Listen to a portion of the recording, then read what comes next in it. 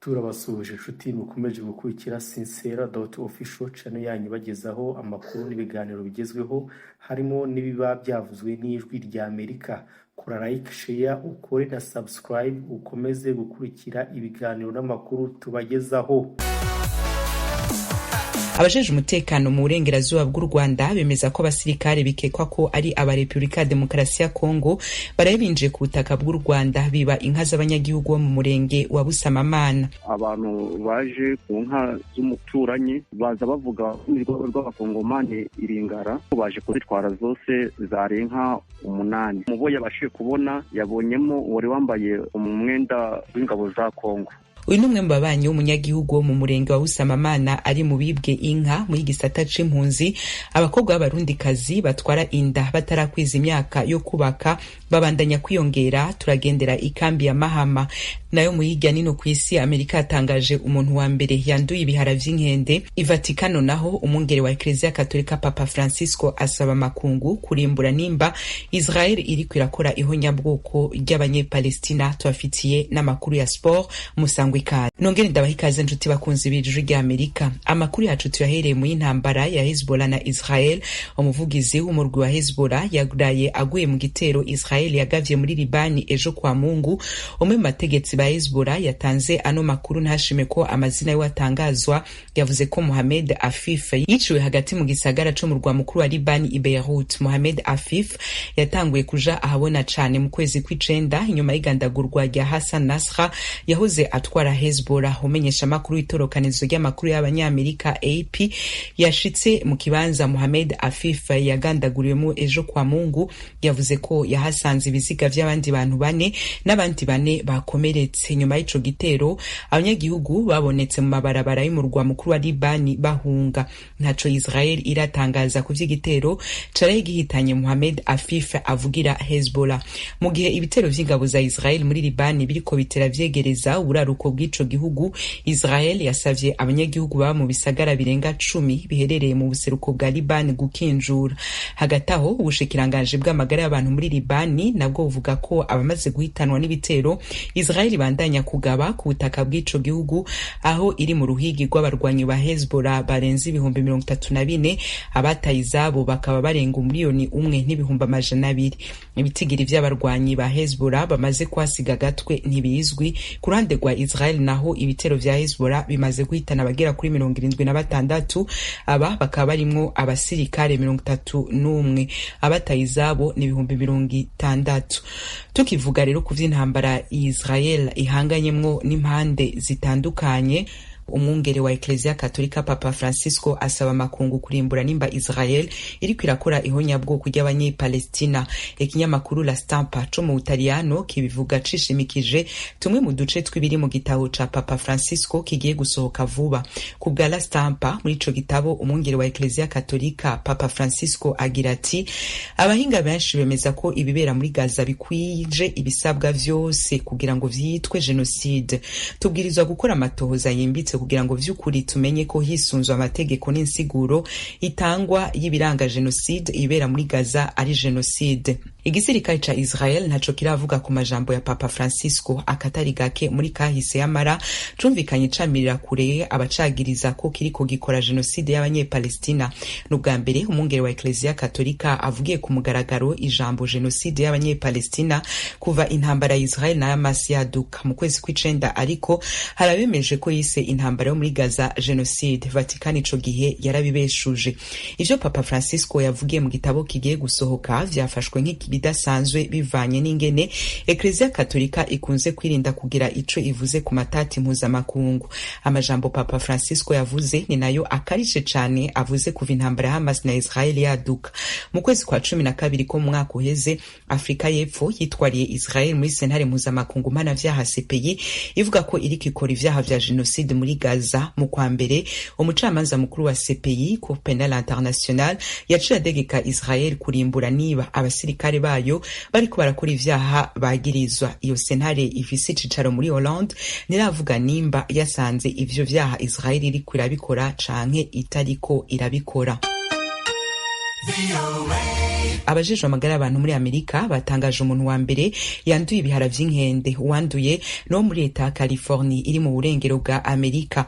Igisata kijejwe amagara y'abantu muri iyo leta cavuze ko uwanduye yahora mu rugendo mu karere ka Afrika y'ubuseruko yanduye ariko avurirwa mu buraruko bwa leta ya California. Ico gisata nticavuze igihugu co muri EAC wasanganywe ubwandu yahoramwo, cavuze gusa ko ariko aroroherwa kandi ko amahirwe yuko atabandi yanduza ari menshi. Abatanze amakuru bariko bararondera abo bahuye mu ntumbero yo gukinga ko ubwandu bwoba bwamuvuye ko bandanya guhererekanwa.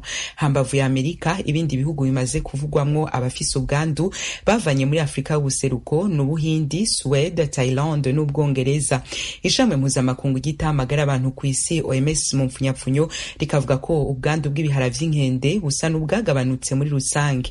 Kuva mu kwezi kwa 9 abanduye barenga 3,100, aba bagwiriyemwo abo mu Burundi, Uganda na Republika ya Demokarasi ya Kongo. OMS naho yemeza ko ubwandu bwagabanutse mu bihugu bitandukanye birimo Kongo yafatwa nk'ikirindiro gikuru c'iyo ngwara, haracakenewe incanco nyinshi kugira ngo ico kiza gituzwe burundu. Ikigo CDC kijejwe kurinda no gukumira ingwara kivuga ko Kongo ubwayo yonyene ikeneye incanco zigera ku miliyoni 3.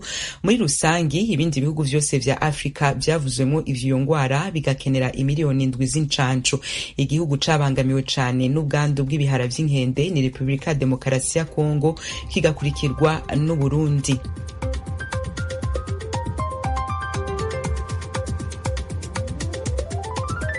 Ijwi rya Amerika, aya makuru yose agezweho hirya no kw'isi n'ayandi muheje kumva mushobora kongera kuyasanga kuri wezi3 akaburungu radio yacu VOA akaburungu.com, adresse ya YouTube yacu, Instagram, Facebook na X ni VOA radio yacu. Mukanya ni mu karere k'ibiyaga binini vya Afrika.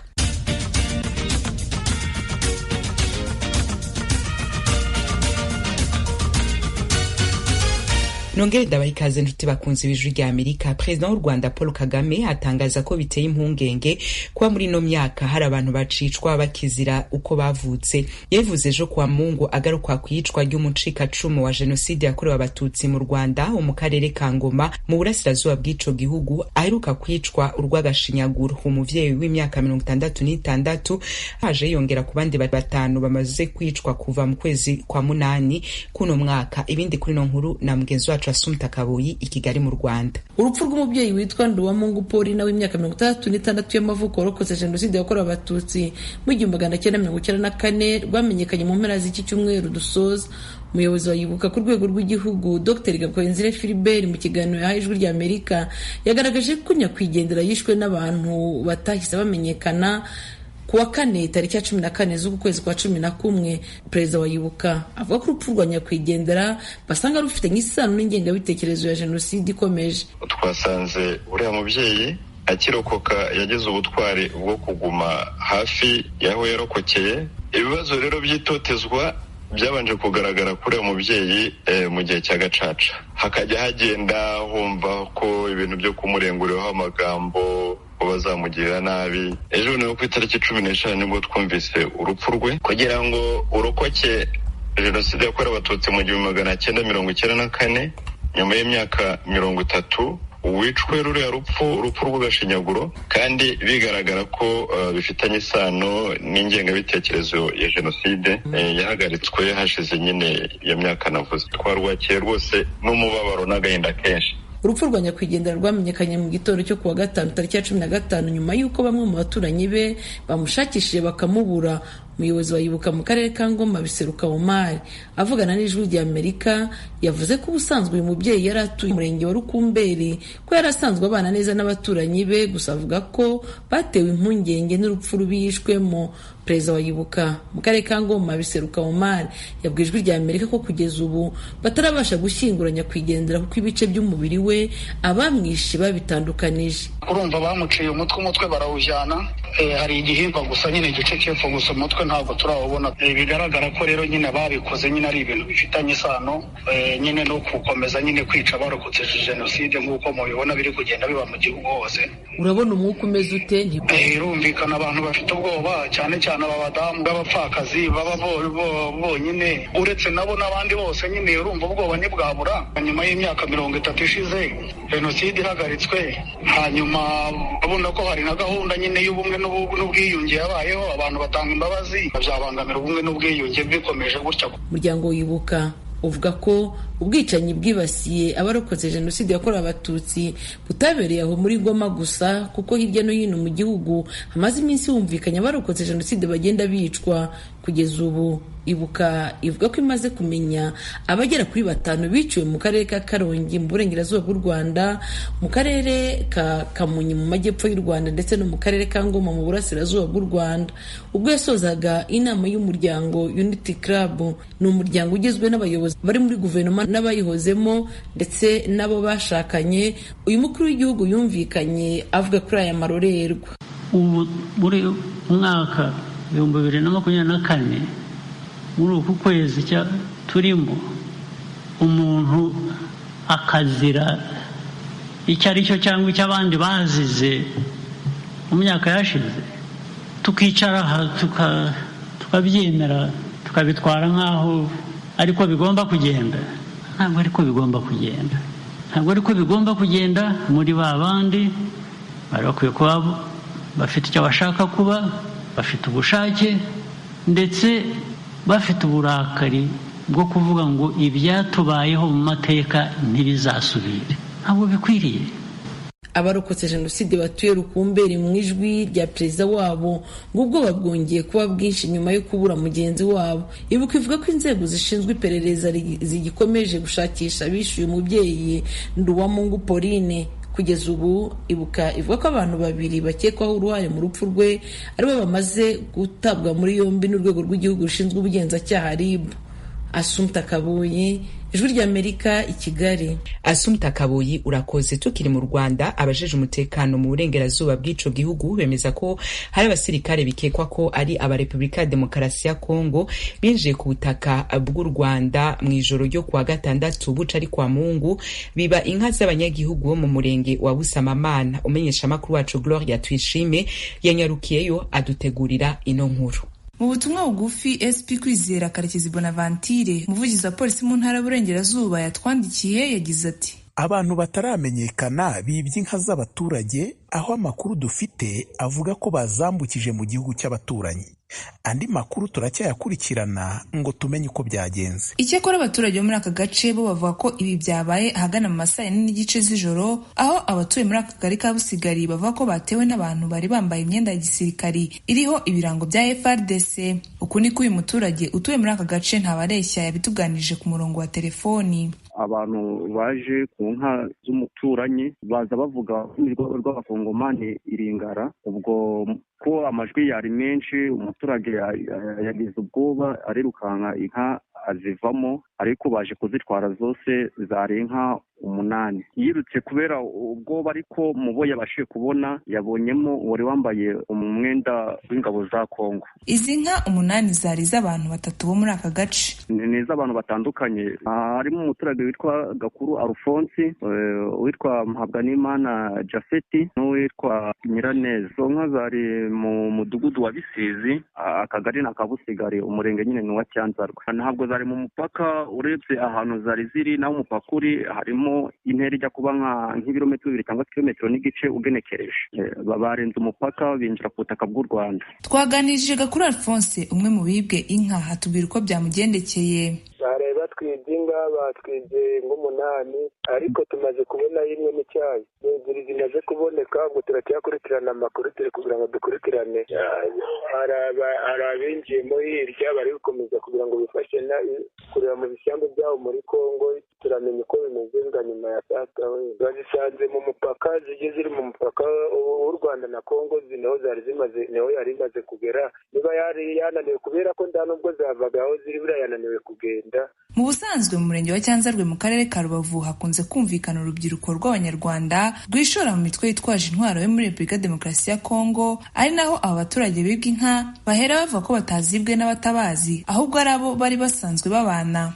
Hari uwo nabonyemo yari yambaye imyenda ya Kongo, y'abasirikare ba Kongo, n'ikirango nanakibonyeho ngo banyitaje, ariko turi gutekereza yuko hari abahungu bageze bava mu Rwanda bakagiye muri za Kongo bakigira umutwe bazarendo, abo nibo bajyaga baza bagasereza ngo mu Rwanda ng'ahantu hari amatungo muri ubwo buryo, kuko baba bazi kariya gace k'iwacu bagakorera amakosa muri ubwo buryo. Abaturage basaba by'umwihariko ko ingabo z'u Rwanda zibarindira umutekano, zakegera imipaka kugira ngo zikumire ubugizi bwa nabi. Kugira ngo umutekano ukomeze kuboneka, sirikare nuko bajya bacuma nabo bakegera hafi y'umupaka, ku buryo hagati yaho turi bo baraba begeye hafi, twebwe tugasigara inyuma yabo bakegera hafi bazitiye umupaka, niho birushaho kutubera byiza. Ubwo rero bagiye bo bakegera umupaka, twebwe tukabamo hagati, byarushaho kugira umutekano. Umuyobozi w'akarere ka Rubavu Murindwa Prosper yongeye gushishikariza abaturage kwimakaza irondo ry'umwuga kugira ngo bakumire ubugizi bwa nabi bwaba buturuka muri Repubulika ya Demokarasi ya Kongo. Abaturage turabasaba icya mbere kiruta ibindi byose ni amarondo, kumenya ko uburinzi bwabo n'ubw'imitungo yabo buri mu nshingano zabo. N'ubundi amarondo akora, amarondo atanga amakuru, amarondo akumira, akurikirana ibintu bitaraba, ayo marondo niyo dukeneye. Bigaragara ko abantu bapanze irondo nabi, ntabwo abantu bashobora gupanga irondo ngo bibagirwe ahantu hari umutungo nk'uriya. Ibyo biba bimeze nk'amarondo y'umurimbo gusa, y'umuhango gusa. Rero hashobora kuba irondo ryagiye kure cyangwa se ritapanze ngo rigabane uduce rirakurikirana neza. Ikibaya cya Kongo gihana imbibi n'u Rwanda kirimo ingabo za Kongo zivanze n'iza FDLR na Wazalendo, ariko bivugwa ko imibereho yabo atari myiza, ari naho bahera baza kwiba ibibatunga mu Rwanda. Kuba ingabo za FARDC zaza kwiba inka mu Rwanda ni ibintu byabayeho no mu bihe bitandukanye. Muri 2022 umusirikare mu ngabo za Repubulika ya Demokarasi ya Kongo yarasiwe ku butaka bw'u Rwanda mu mudugudu wa Cyamabuye, akagari ka Rusura, umurenge wa Busasamana, muri aka karere ka Rubavu, mu gace gakunze kunyurwamo n'abarwanyi ba FDLR. Byaje kumenyekana ko uyu musirikare wa Kongo yarimo yirukanka ku bana bari baragiye intama ashaka kuziba. Abasirikare ba FARDC binjiye mu Rwanda mu mezi abiri ashize bashaka kwiba inka mu kagari ka Rusura mu mudugudu wa Kageyo, barateshwa. Gloria Tuyishime, Ijwi rya Amerika, i Rubavu. Ijwi rya Amerika turacabandanya n'amakuru yacu y'uno munsi. Mu gisata c'impunzi, ibitigiri vy'abana b'abakobwa b'abarundikazi batwara inda batarashikana imyaka yo kubaka bibandanya kwiyongera mu ikambi ya Mahama iri mu Rwanda. Muravyumva mu nkuru y'umenyesha makuru wacu Thierry Ndayishimiye. Ikambi ya Mahama iharugwamwo abana b'abakobwa n'abahungu batarashikana imyaka 18 barenga 32,000 nk'uko ubushikiranganje bujejwe impunzi Minema bubitangaza. Muri bo benshi mu bakobwa barakorerwa ihohoterwa rishingiye ku gitsina bigatuma batwara inda z'indaro. Ijwi rya Amerika ryavuganye n'abana b'abakobwa bakorewe iryo hohoterwa bagahava batwara inda. Nyene nari meze naho nyene hasibaho nyina ndakibuho ndakomeza buri kimwe cyose. Anavuga ko inyuma yaho bamaze kubatwaza inda ibyabo babashurashuza baba babemereye birimo kuzobafasha biba biheze ugasanga ubuzima bubi kuri bo buratanguye. Agira inama abandi bana bagenzi we. Ingendo bahanura gato bahungu nyene bababesha byo babesha ntakandi bari byo nyene babe bareka nyene kuri babirinde. Ivyo kandi bishika no ku bavyeyi babo bana baba bavyariye iwabo kuko baca bagira ingorane zo kurera abana benshi kandi atabushobozi bafise. Uyu muvyeyi afise umwana yakorewe ayo mabi. Kurati uburyo ndagifite cyane kutungana wewe kubera bari umwana ntabwo batekereza neza ngo ariwe n'ingene bigorana. Nana nicyo ndamugurira isabune, nana nicyo ndamugurira imyenda, anyibutse asanga aho ndi umwanya wose ngo konterese ntayo uvuga ibisasire ntacyo ni ntabwo. Twavuganye kandi n'abandi bavyeyi bo mu kibano ngaho mu ikambi batubwira ko ubuzima bw'abana b'abakobwa bayibamwo butorohewe kuko bakorerwa amabi menshi. Uyu mukenyezi avuga ko hakwiye gukomeza inyigisho zishimikiye ku mabi ashingiye ku gitsina, baba abavyeyi bakamenya inshingano zabo ku bana ndetse n'abana bakigishwa cyane batarahura n'iryo sanganya. Ku bijanye n'uko abo bana b'abakobwa baba bahohotewe bafashwa mu makambi atandukanye n'uko bigishwa, twavuganye n'ishamwe Plan International Rwanda gitaha abana baba mu makambi y'impunzi hirya no hino mu gihugu. Alice Bumanzi ashinzwe programme y'ubuzima bw'imyororokere ku bana b'imiyabaga muri iryo shirahamwe. Ufite parti y'abakansara ibafasha mu kumva ibibazo bafite, tukagira noneho n'inyigisho tutanga kubigisha, kabaho cyane no kubaha amahugurwa ko ibyo bintu bijyanye no gusobanukirwa ihohoterwa n'uko bagomba kuryirinda. no kumenya channel za reporting ku wahuye n'ikibazo.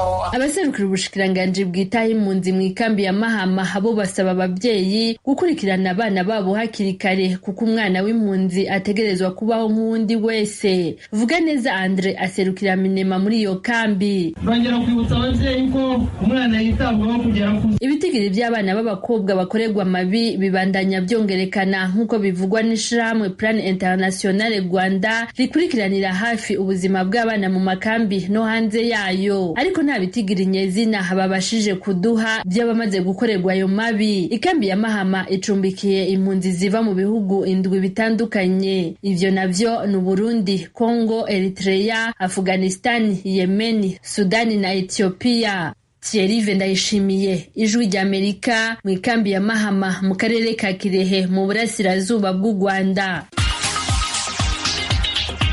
Ijwi ry'Amerika, umwanya n'uw'amakuru y'imikino na sport. Turahera mu Rwanda uno munsi kuwa mbere niho bimenyekana nimba ekipe y'ico gihugu y'umupira w'amaguru iza kuronka itike yo kuzoja mu gikombe ca Afrika c'ibihugu canke urugendo rwayo ruza guhera uno munsi kuwa mbere. Jean-Claude Munyandinda arabitubarira.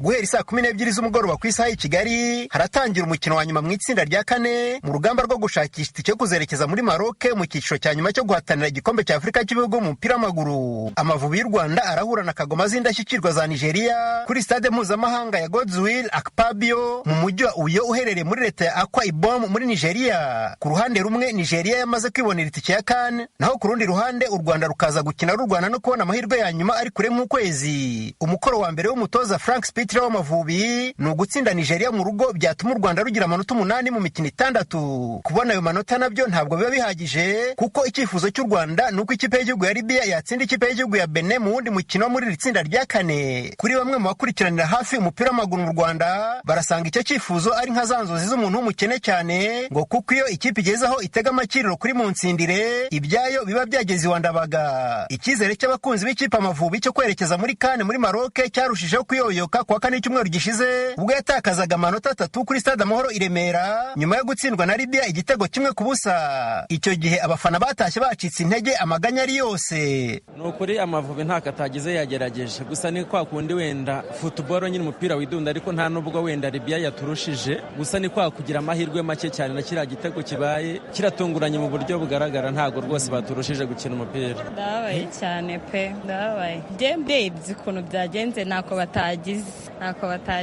bagerageje. Abari abatipe bacu baraturaburije kandi urabona bazahura na Nigeria kugira ngo bazayitsinde biragoye. Twihebye kabisa, gutsinda biragoye, bikubiye gakeya kabisa. Ubu batashye nyine nibihangana, gusubira muri AFCON biri kure nk'ukwezi. Muri iri tsinda rya kane mu majonjora yo gushakisha itike yo kuzajya mu gikombe cya Afrika cy'ibihugu nyuma y'imikino 5 kuri buri kipe, ku mwanya wa mbere hari Nigeria ifite amanota 11. Iyi kipe yamaze gukatisha itike yayo ku buryo mu mukino wayo n'u Rwanda ibiharanira gusa kurengera ishema ryayo. Benin iri ku mwanya wa 2 n'amanota 7, u Rwanda rukaba rwa 3 n'amanota 5. Ikipe ya kane aniyo ya nyuma ni Libya ifite amanota 4. Tukiri mu mupira w'amaguru, ejo bundi kuwa gatandatu mu ikipe ya Rayon Sport hatowe abayobozi bashya. Ni nyuma y'uko wari umaze imyaka 4 ayobora ikipe kapiteni wavuye ku rugerero mu ngabo z'u Rwanda Jean Fidel Uwayezu yeguye ku mwanya we mu gihe n'ubundi manda ya komite yari ayoboye yari iri hafi kugera ku musozo. Mu matora yabaye hashyizweho urwego rw'ikirenga n'urwego rwa komite nyobozi. Ku birebana n'urwego rw'ikirenga rw'umuryango wa Rayon Sport,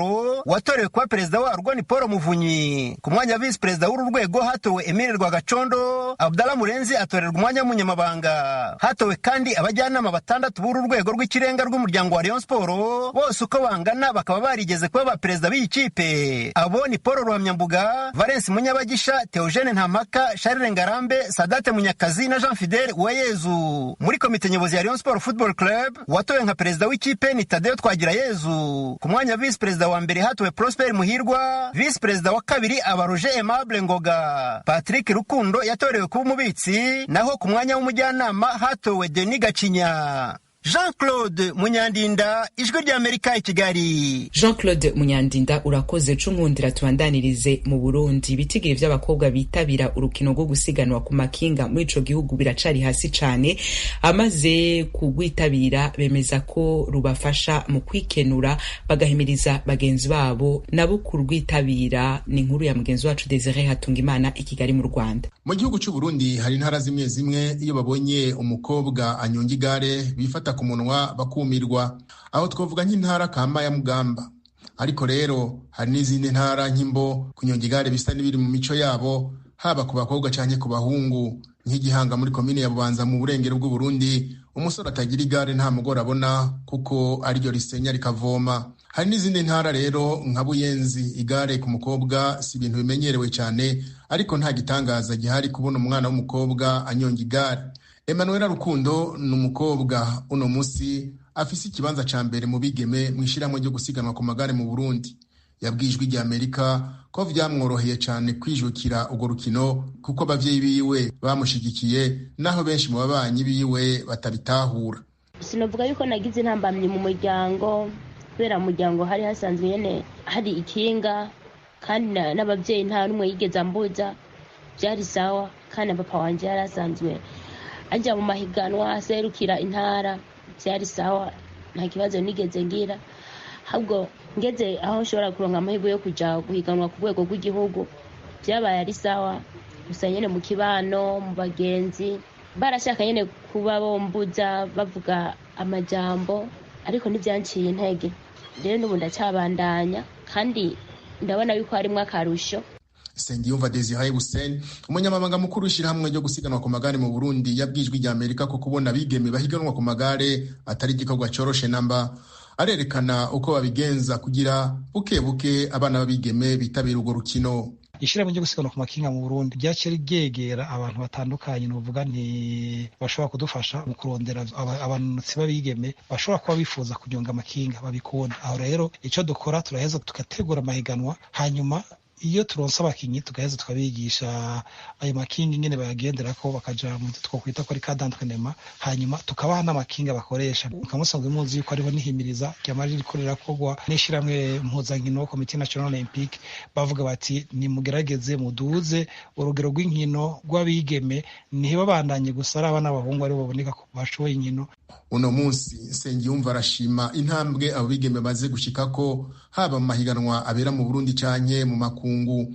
Afatiye ku mahiganwa mpuzamakungu Burundi butunganya mu gihugu cose, akitabirwa n'ibihugu vyinshi, ati nta nkeka imbere ni heza. Turavye intambwe abigeme bacu bageze ko umuntu yoshima, mugabo intambwe yo kubandanya n'ivyo dukora iyo iracari ndende, na cane cane kuko n'umuntu yatunze ikinga mu muryango, ngira murabona yuko umuvyeyi kenshi bafavoriza abahungu kuko nabo bakunda gutuma batigenda uzana akagenda uvoma amazi canke ukora ibintu biriya. Tugashimira cane cane yuko leta iduha uburyo tugashobora kuja mu nkino mpuzamakungu ari nka championnat du monde canke championnat d'Afrique.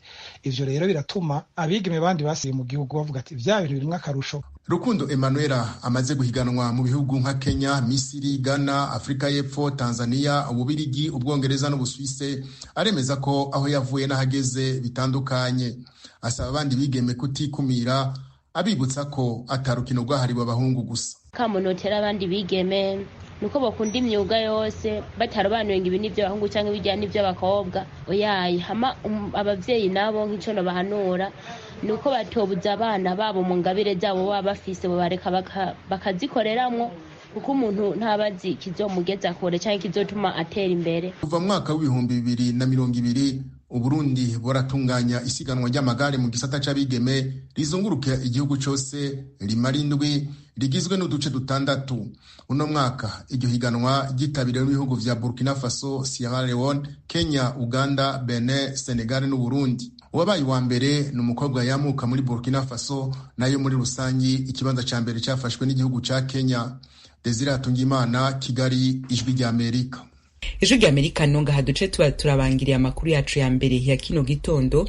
Ndabashimire mwebwe mwariko muratwumviriza kuri mikro no mu bihinga bw'ivyuma, mwari mwazindukanye na Diane Ninahazwe. Turaza kongera mu bindi biganiro n'ayandi makuru ngiye kubatororokaniriza.